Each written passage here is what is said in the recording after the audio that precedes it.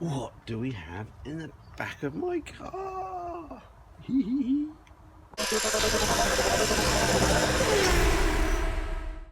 Yep, delivery from Allspeed Engineering. Links in the description if you haven't heard them before, check them out. Basically, as I talked about, this is the pickup video. We're putting a Vauxhall engine in the Mini. So they do subframes for different various engines. It gets a bit confusing in a minute when I tell you that they do a Vauxhall engine subframe, but I didn't go quite with that one. I went with what they call a Rover K series subframe, but I've gone with a bare subframe as well, so it's just basically the subframe you see in a minute, no engine mounts. You make your own engine mounts. But anyway, it comes in a really nice pallet. I've already had a quick peek. Lovely, all strapped down, nice cardboard box and the whole lot, all looks very neat.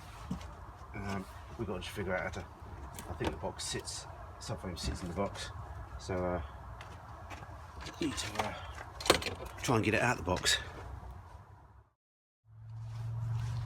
There's the baby. Or do you some better videos in a minute to get it out? Bloody bolts come with it. One's just vibrated loose.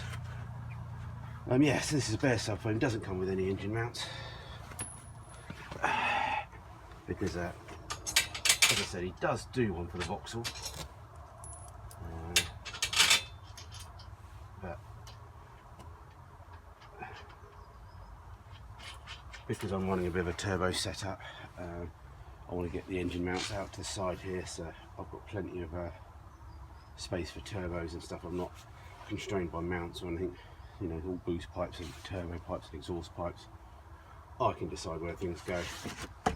But yeah, so let's get this puppy out. It's not a light sucker, but I have honestly seen a few of these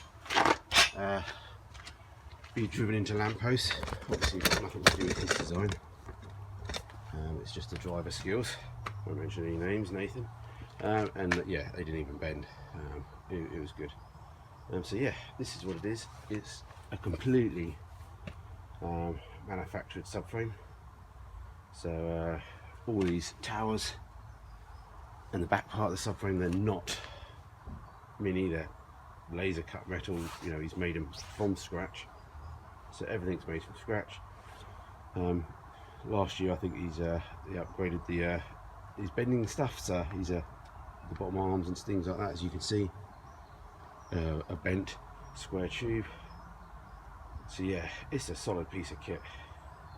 A great base for it don't look like the engine's going to fit though, does it? Jeez. I know it sort of fits technically, in principle, because he does a Vauxhall frame, so I do know that the Vauxhall engine physically fits. But yeah, it's all going to be very tight still, isn't it, regardless. Comes with some solid top mounts that go under your main big bolts. It's made for a 2-bolt setup. I think it does fit early cars as well, because you can drop bolts through, but blah blah blah. Check that out. But yeah, nice bit of kit. Used his subframes for years just for interest, you know, so I do know him. I've known him for 20 odd years now. When I tried to run a car business for a few minutes, used all his subframes, and yeah, used them all on my other personal projects as well. Yeah, well, now it's all bare, not painted. I can weld brackets onto it and stuff like that. But yeah, long way off yet. Just trying to show you some of the welding on it, you know, because I've seen so many people buy homemade subframes and things like that. It just beggars belief sometimes. You know, I'm not denying you can't make this yourself. You can. You've got the skills. You know, anyone can do anything. I'm not denying it. There's a lot of people out there that don't quite have the skills. As I said, these towers, all made. None of the old mini subframes on there. But yeah. Also, all the suspension holes, all the tie bar points are already drilled, preset, made sure. You can even see there's some washers welded in there to sort of pack out where the rose joint would go. you know, as I said, the full subframe that actually comes with subframe mounts, engine mounts, you know, it's all adjustable, it's all slotted holes, you can, you know, it's all done, you know, just remember that when you're buying a subframe. You know, you know, I'm not saying don't buy stuff, but you just remember the extra work you got to do to finish stuff, you know. So yeah, nice penetrate weld there. I can tell that I'm not stupid. Yeah, comes with all nuts and bolts as well, all brand new. Again, not much, you know. Nuts and bolts aren't fucking expensive, so expect them to be included with your kit, you know. Gee, you know, at least you know everything's going right. Lovely, and it's good. So anyway, I can't wait. So, oh, it's early morning, bit of a cough. So anyway, that's cool. Hopefully we'll get a bit of time to play at the weekend. We should be concentrating on the Mark 1 because we really need to get that in primer ready for top coat next week.